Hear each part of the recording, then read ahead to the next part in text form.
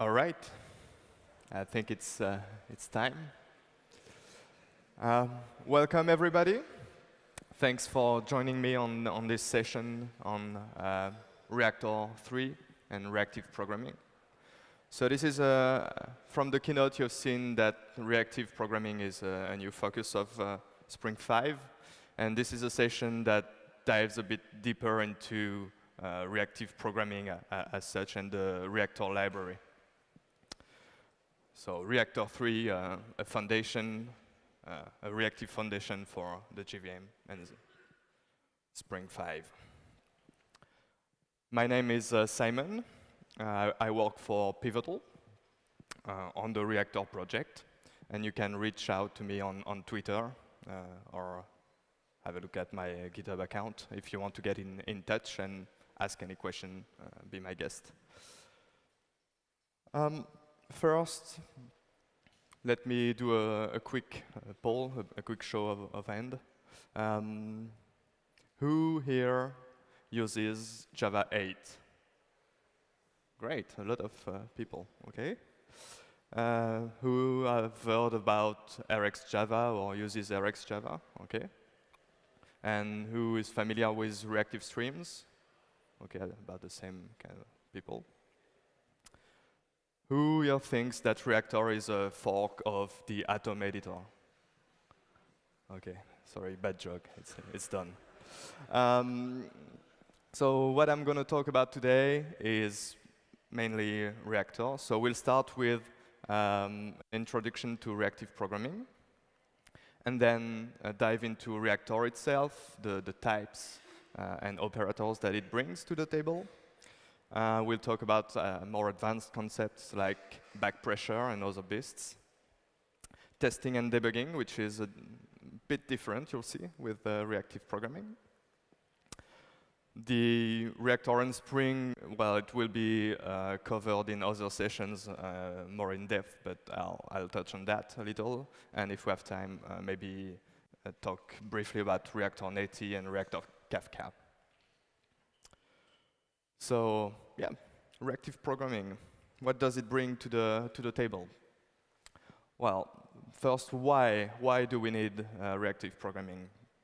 I'd say because blocking is evil, okay? In today's app, if you are still working on a blocking model like that, where you have a main thread and then you do some I/O, some requests to the network, some requests to the database, your app is basically doing nothing, and then processing resumes. That's, of course, a very simplified view, but you can see that there is some waste here. So you can go and ask yourself, how can I avoid that? And you can think that maybe throwing more threads at the problem, maybe throwing more threads at the problem is going to be better. So you can go async, but still be blocking. So basically, you start a new process in a thread, and you think that it will solve your issue. But creating new threads is costly. Having multiple threads is costly, and also all the orchestration that goes with that is really complex. So you have your main thread, it pops n threads for processing, and then you have to wait and join and combine the results. It can get pretty tricky pretty quickly. So this is also kind of bad. So what you really want to do is be asynchronous and also non-blocking. So this is a well-known model, the event loop, in which you kind of have one single thread that is capable of processing multiple incoming requests. And it can interleave the processing. It can, since the processing is non-blocking, it can process discrete chunks of the data on a single thread. This is, for instance, what Node.js does. Basically, you can see that Node.js applications nowadays can serve a huge number of clients, and JavaScript is basically single-threaded, so it does that on a single thread. So yeah, you get bits of processing in non-blocking chunks, on a single thread. And when I say single thread, it's more like no more threads that are needed. So there's no waste. There's no thread that is sitting in a corner doing nothing. They are all put to good use. Yep. So how do you achieve that? And more importantly, how do you achieve that without going absolutely crazy? I think reactive programming is the answer to that. So what is reactive programming? It's about composing asynchronous and event-based sequences using non-blocking operators. Okay, that's not terribly clear, but that's the general idea. And the key words are asynchronous, event-based, and non-blocking. And reactive programming allows you to do that without sacrifice. What do I mean by that? If you look at the JDK and ask what does the JDK offer for asynchronous programming, you basically have two options. You have callbacks, you have callback-based APIs, so kind of a simple interface. You get notified, the callback is executed whenever the result is like a success. And you have futures. So future is a promise of a result to come, a value to come. It's a wrapper around a value, and the value might not be readily available, but when it becomes available, the future will contain it. But these two options have major drawbacks. So callback, have you heard about callback hell? It's basically when you have multiple services that are callback based and you want to execute, like call a service from within a callback. So you do a callback within a callback, within a callback, within a callback, within a callback. It's terrible. It gets unreadable very, very rapidly. It's unmaintainable. You look at the code and you see all these callbacks going deeper and deeper, and you cannot figure out what is actually going on. So they are not good. Futures are maybe a bit better, especially with the completable future that comes with Java 8. But it's still hard to compose beyond one level of nesting. And it's also very, very easy to block. If you use a future, you will be tempted, I guarantee it, you will be tempted to do a get. And what does get does? It waits for the result to become available, and you're back in blocking mode, basically. So they are not ideal either. And also, futures only deal with one value. If you want to deal with multiple values, it's not the best tool for the job. So these two options are not cutting it, basically. And Reactive is a new model that has offered better options.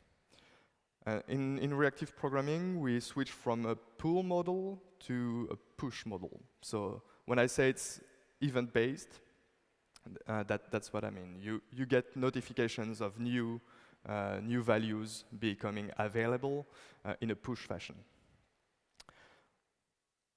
Actually, as we'll see, there's a little bit of both, but it rather push than pull.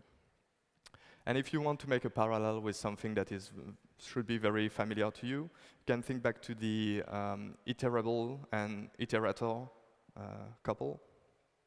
So in iterable iterator, you are on a pull model. So basically, as a developer, you decide when you want the next value. You extract that next value from the collection, for instance, from the iterable. So you drive the consumption of the data that way. Whereas in reactive programming, you have kind of a parallel with the publisher and subscriber pair, but then it's the publisher that pushes to the subscriber. So you subscribe to a publisher, you say, I'm ready to consume your data whenever it's available, and the publisher will notify the subscriber. So you have to think about your data in motion, in flux, pun intended. You have to think about that data as flowing down an asynchronous pipeline, an asynchronous processing pipeline, basically. So let's have a look at these two interfaces I was talking about earlier, so publisher and subscriber. This is how these interact. So the publisher produces data. It pushes events to the subscriber, which consumes them. And there is a little dotted line back from the subscriber to the publisher, which has feedback. So there is kind of a feedback mechanism, and that's the kind of the pull part that I was hinting at earlier. And these two interfaces are interfaces from something called Reactive Streams, which is a specification that is going to be integrated in Java 9. It's a specification for reactive streams on the JVM, so doing these asynchronous sequences on the JVM, and it allows interaction between libraries like Reactor or RxJava, for instance. So subscriber is a pretty simple interface. A subscriber of T has only 3 methods. OnNext of T receives a T, OnComplete, and OnError. So what it boils down to is these are the events that the publisher can push to the subscriber, basically, by calling these methods. So OnNext is invoked every time there is a new piece of data available. OnComplete is telling the subscriber that the sequence is done. It's a terminal event. And there is an error handling mechanism on error, which is also a terminal event. So when a sequence is either 0 to n on next, followed by either an OnComplete or on error. Yeah. And actually, OnComplete and on error, they are not mandatory. You can imagine having sequences that are infinite, like ticks from a clock or movement from a mouse or stocks, as in Stefan's demo earlier. So these are the three events that can happen on a reactive streams, basically. And back to that dotted line, that feedback mechanism, it's actually, you can see that as a volume control. So if the publisher produces a lot of data and the subscriber is cannot keep up, it can adjust, like send a signal back to the publisher and say, okay, slow down, I cannot process everything you are sending me. But yeah, it's only 2 interfaces. The publisher doesn't even have that many interesting methods. Very simple interfaces. So from a usability standpoint, I forgot to say something very important, actually. It's not only 4 interfaces that are quite simple, but also a larger set of rules on how this publisher and subscribers can and must interact. So the real value of the Reactive Streams specification is in these rules, of course. So if you go and just take the interfaces and try to implement them and do some random stuff, that doesn't make you a Reactive Streams implementation. You have to follow all the specification rules. You have to pass the TCK that comes with it. So you get rules, you get simple interfaces, but you don't really get an API that developers could put to use in their application. So you want an API, and that's where Reactor comes in.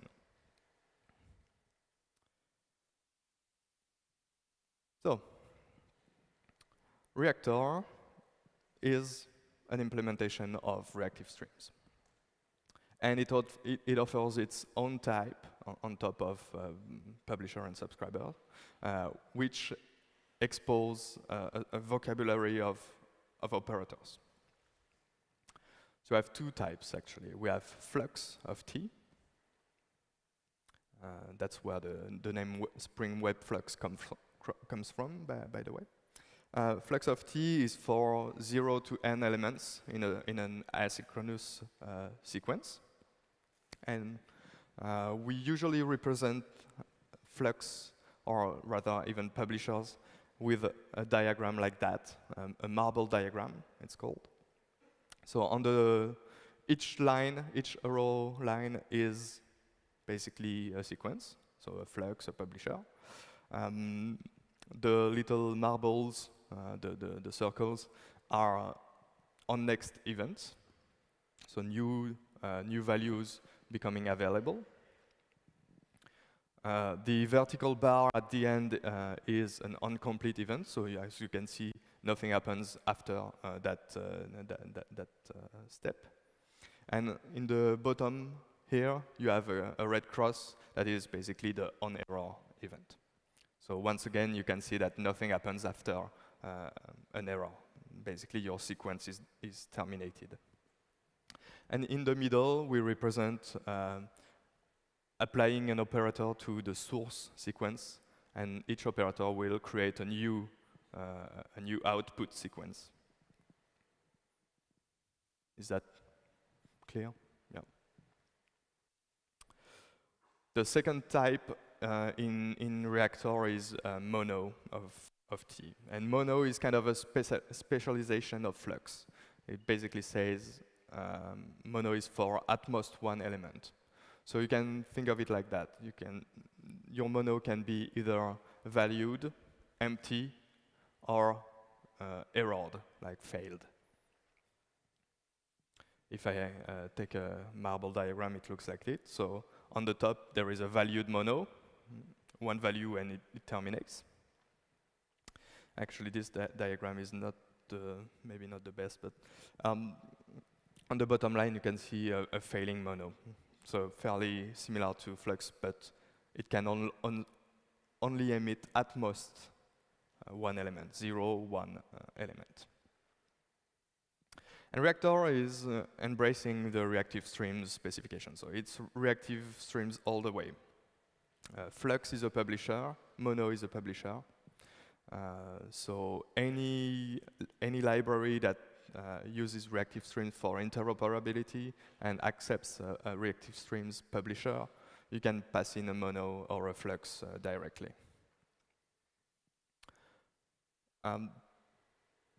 There is also a focus on Java 8. Java 8 is the baseline for Spring 5, and it's also the baseline for Reactor. So what does it mean? From the API standpoint, it means that we use types from Java 8 like duration. We can convert to and from completable features. We can convert to and from streams, which look a bit like the Reactor API. It's kind of the same idea, except streams are about consuming kind of local data once, like collections, for instance, in memory. Whereas Reactor is more about being able to consume data from a service, a remote call, I/O, involving latency and all that. So it goes a bit beyond the scope of Java 8 streams. Duration, for instance, we have concepts of time in Reactor, and for instance, if you want to introduce a delay, you will use a duration and not the old-fashioned long and time unit.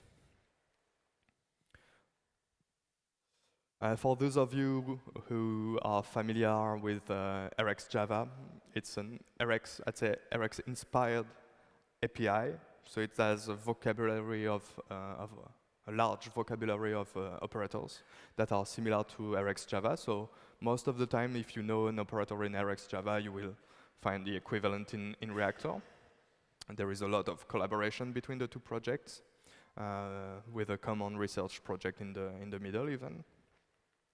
but it's not exactly the same. So there are some differences, some choices that were made.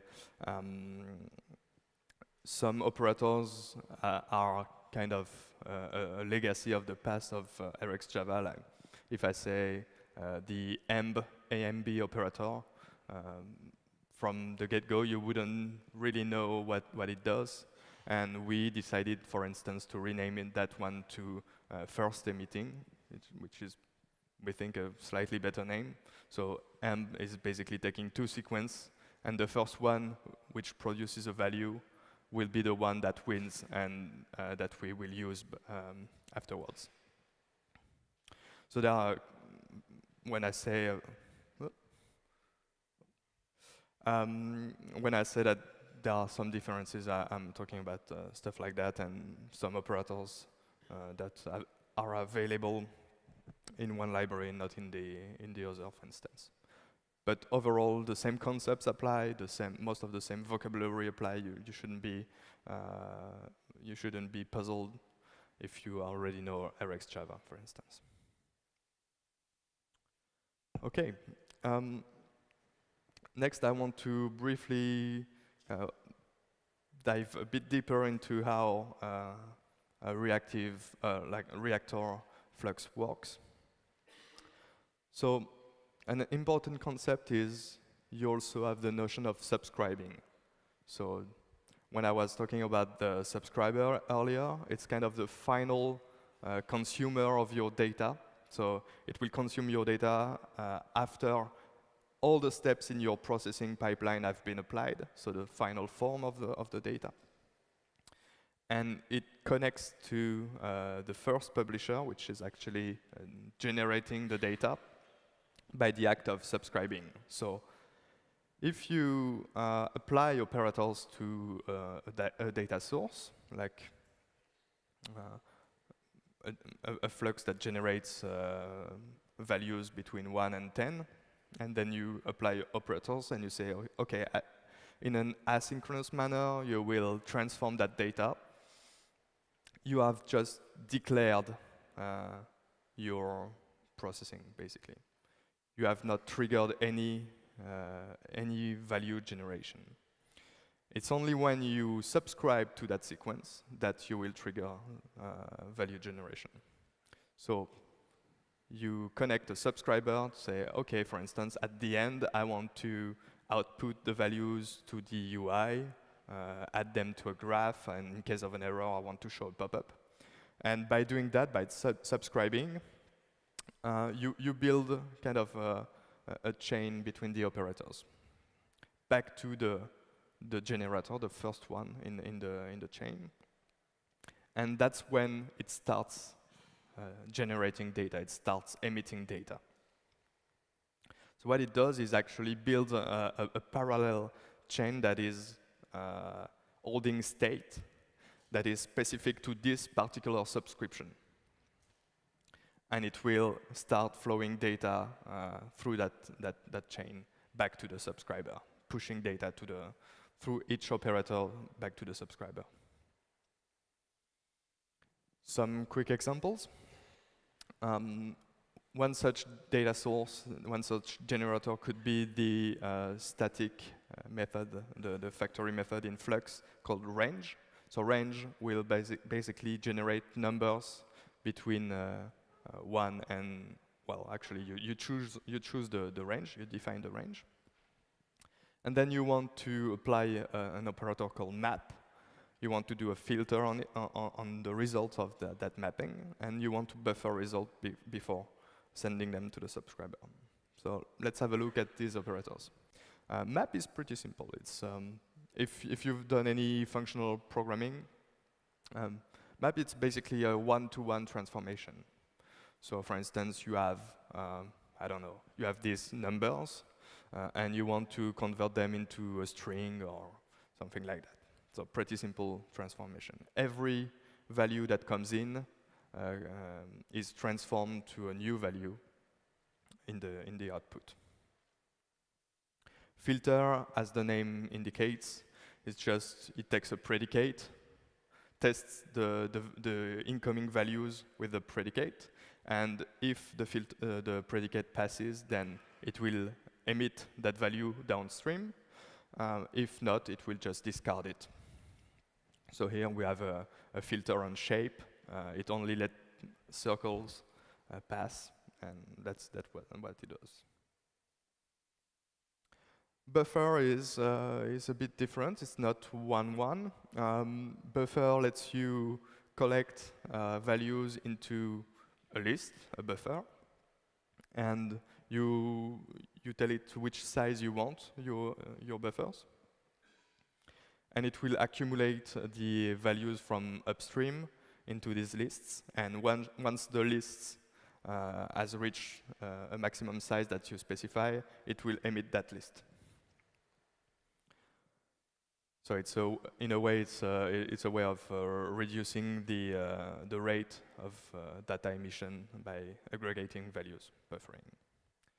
So if we go back to the chain of operators, if we take examples, an example of shapes, what happens is basically the range will start emitting a first value. It will come into the map operator, and the map will transform that value. So in this instance, it takes a shape and makes it 3D. So it emits a cylinder. At the same time, the range is continuing asynchronously to emit values. So it emits a square. Once the 3D form is out of the map, the filter applies. So here it says, OK, I only want cubes. So I will discard this red shape. At the same time, the map is processing the square, so it outputs a cube. And yet again, at the same time, the source of data, the range, is continuing to emit values. So all that happens asynchronously and about the same time. So the filter lets the green cube pass. The map outputs transforms the purple square into a purple cube. And we can see that the buffer at the end of the pipeline starts seeing cubes, and it accumulates them, like the green cube is kept internally in the list. And once it detects that the sequence is complete, it outputs the buffer. And then the sequence is done. If we take a code example, this is what it actually looks like with integers. So flux.range, you say, I want to start at 5, output 3 values. Then I want to map each of these values as they arrive. I want to map them, like just add 3 to the value. And then I want to filter the results that are coming out of this mapping. So I only want even numbers. And then I want to output them by groups of 3 values. So I want to buffer them 3 by 3. And this is the kind of data that flows through the sequence. So range outputs 5, 6, 7. The map transforms that into 8, 9, 10 immediately at the same as they become available. The filter will discard the 9. And you can see at the end, we have the vertical bar saying, OK, these parts are completed. And the buffer will wait for the upstream to complete before it can emit something. So there is a little shift here in time. If we take a second example, maybe you have a library that produces a publisher from an HTTP request. So you can transform that, as I was saying, Reactive Streams publisher is about interoperability. So you can transform that into a Reactor flux by using the from method. And then you can map as before, you can filter as before. You can also do something interesting with retry. So retry will react to the error event and say, OK, in case of an error, I want to resubscribe to my source. So regenerate a new kind of pipeline, and hopefully this time things will work. For instance, if it's the source is an HTTP call, maybe the network was down, and after the retry, it's back up. So yeah, that's a bit more complex diagram, but that's the gist of it. It's just resubscribing in case of an error. And of course, if the error still occurs, after a while it will let it pass. You can say, for instance, retry 3, and it will resubscribe up to 3 times. And if the error is still occurring, it will emit the error at the end. So yeah, let's imagine that your HTTP call is failing. When the error event arrives at the level of retry, it resubscribes and it propagates back to the source and creates a new sequence and a new request, basically. And so we saw that we have these map and filter operators that kind of work one-one. But what if you want to do something a bit more advanced, like for each value in your source, it could be a URL, and you want to do an HTTP call to that URL, fetch a result from another web service, and then compose the results back together. This is a job for flat map. So flat map, instead of transforming an input value into a single output value, it allows you to transform each value into its own flux, its own asynchronous sequence.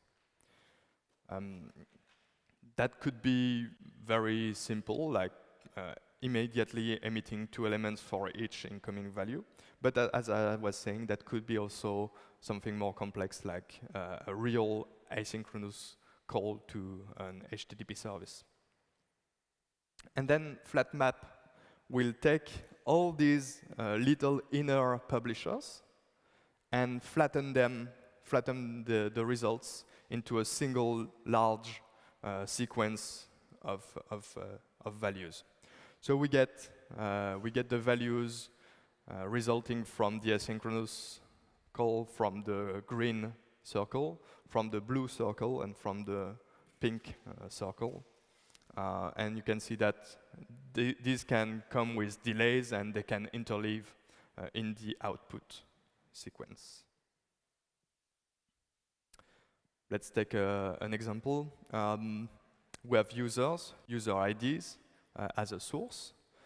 And our flat map processing will be to retrieve the stream of tweets from each of these users.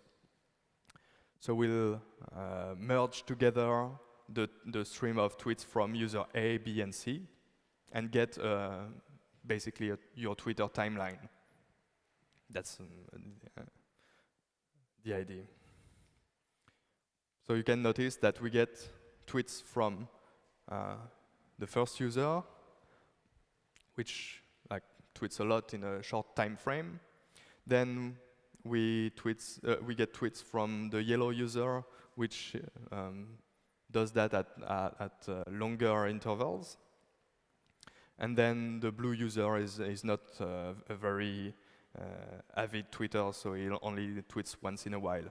But if you think about the time dimension of that, you can see that we are basically taking 3 sequences that are shifted in time, and we are flattening all that into a single sequence.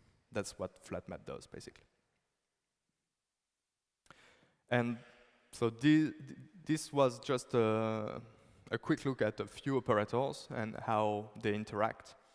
But there is so much more. I mean, there is a lot of different categories of operators. You can manipulate time.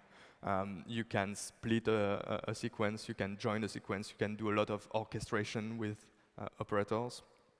A lot of powerful error handling mechanisms, like you want to fall back to you want to retry 3 times, and then if it's still erroring, still failing, you can fall back to an alternative source.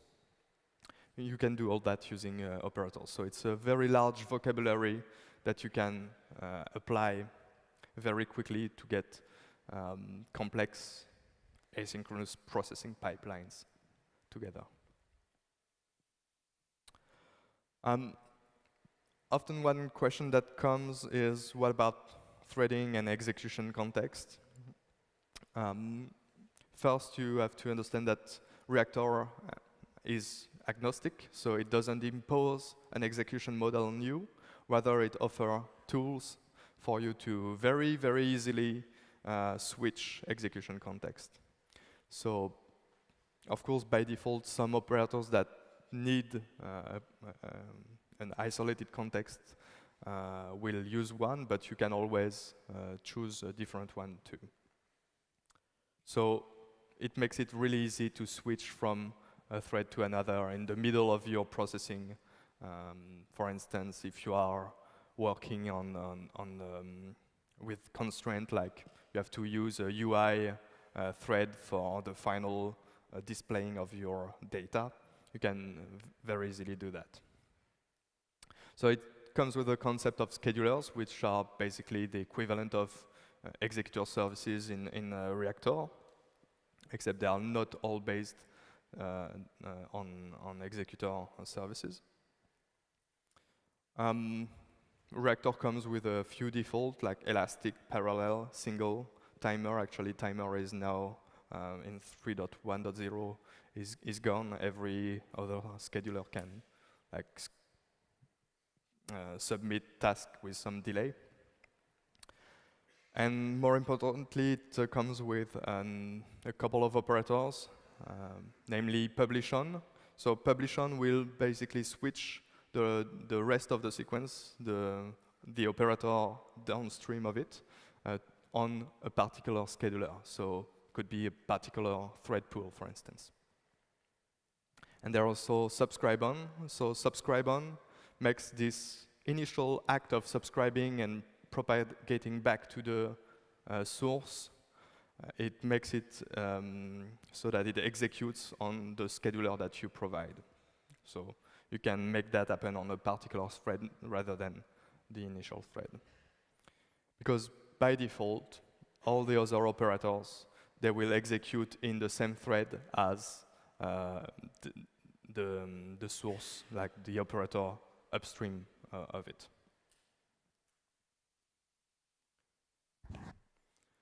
So back to the kind of schema that I was showing earlier. We have operators, but we have two special operators, so publish on, subscribe on. Let's see what happens basically when we stick them into the chain of operators. So when we subscribe, there is this signal that propagates upstream to the source. And we can see that here, where we have subscribe on, it changed the thread, and it went back to the top of the chain, to the source, the generator, and that defined where this data generation was happening. So by extension, it defines where the operators after that will start executing and start producing and processing data. Up until the point where there is a publish on in the chain. Because at this point, publish on switches again into another thread pool. So, yeah. So the operators below publish on, they execute on a second thread, or a second scheduler rather. So yeah, as you can see, putting a subscribe on in the middle of your chain, it changes where the operator below it execute, but also above it. Whereas publish on it only changes downstream. Is that clear? Yeah. Okay. I need to accelerate. Okay, a harder problem is testing and debugging. So Reactor brings, reactive programming brings a lot of facilities with operators and stuff, but in an async world, testing and debugging is harder. Why? Because since everything is asynchronous, when there is an error, you don't really know where in your code that error originated, because the execution is decoupled from like your code declaration of the sequences. Reactor comes with a few facilities to do testing. So testing any publisher, you can do that with the Reactor test artifact, and more notably with the step verifier. Step verifier allows you to basically set expectations on a sequence. So you say, okay, I expect that the first event that will occur, and it might be 1 minute in the future, but the first event that my sequence will produce is on next, so emitting a value, foo, for instance. And then I expect the sequence to complete. And step verifier will subscribe to that sequence and let it play, and as soon as one of the events don't correspond with your expectation, it will throw an assertion error, basically. And the other interesting aspect is that it supports virtual time. So let's say that you have a flux that starts with a delay, or as I was saying, emits something after 1 minute. You are more interested into testing the transformations that you apply to that sequence, and not the timing aspect. So you don't want your unit test to take 1 minute to complete. And you can use step verifier's virtual time for that and say, okay, it will switch to a different scheduler with a virtual clock, and you can manipulate the clock and say, advance time by 1 minute, and see what happens.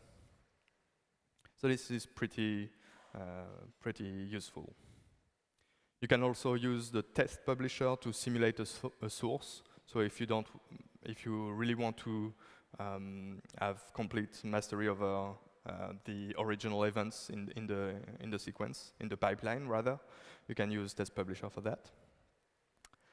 But then you get to debugging, and debugging, as I was saying, it gets hard to decipher, because it's a classical stack trace usually will just show where you have subscribed to your sequence and not where you have declared your sequence. And usually, if you have an error, it's because you have done, well, not usually, but it might be because you have done something wrong in your map function, for instance, and you won't see that in a classical stack trace. So this is what it looks like. And you can see that you get an index out of bound exception from something, called monosingle. And basically, if you walk down the stack trace, you can see only subscribe events, and doesn't tell you much about where that error might have originated from. So you want to find where the flux was instantiated, and we are calling that assembly site, assembly time. There is an option to help you with that. There is a checkpoint operator, and basically what it does is, when you instantiate the sequence, it fills a stack trace, and whenever there is an error happening, it will reattach that stack trace to the error, and it will show you more information from that stack trace about where you instantiated the flux. You can also activate that globally for all publishers in your application. But of course, since it means that you are creating a stack trace, this is a costly operation. So actually, recently we added an option for checkpoint. If you give it a name, a description, and you think that this name is unique enough for you to identify where the sequence was declared, it will skip the stack trace part and only show that identifier that you choose. And it adds something like this. So we can see an assembly trace. We can see that the error originated in a single operator that is declared in the scatter and gather method itself, declared in populate debug. So it gives you, if you go to that method, you will see that there is a programming mistake and you can fix your code. Okay, wow. I took a bit of time, so unfortunately, backpressure is kind of a complicated topic, but basically what it boils down to is that by default, when you subscribe, you are telling the source, okay, go ahead and send me as much data as you can. With backpressure, on the other end, you say, okay, oops, sorry, push that, yeah. You say, okay, start emitting values whenever they are ready, but I'm only prepared to process like one value. So the publisher will adjust so that it generates only one value, pushes it to you, and then the subscriber can continue requesting more data. So it's like I was saying, kind of a push and pull model. So you are pulling data by requesting an amount. I'm prepared to process 10,000 values, but not more. And then the publisher will push these values to you, and it could be with a delay. I mean, it's still asynchronous, but it will start pushing no more than 10,000 values to you. So that's the aspect where you have kind of a volume control over the publisher. And there are other ways of dealing with backpressure if you want. So you can decide to, if your source is still emitting a lot of data, you can decide to buffer them, or you can decide to discard, drop some of these values. For instance, if your source is like a captor, what do they say?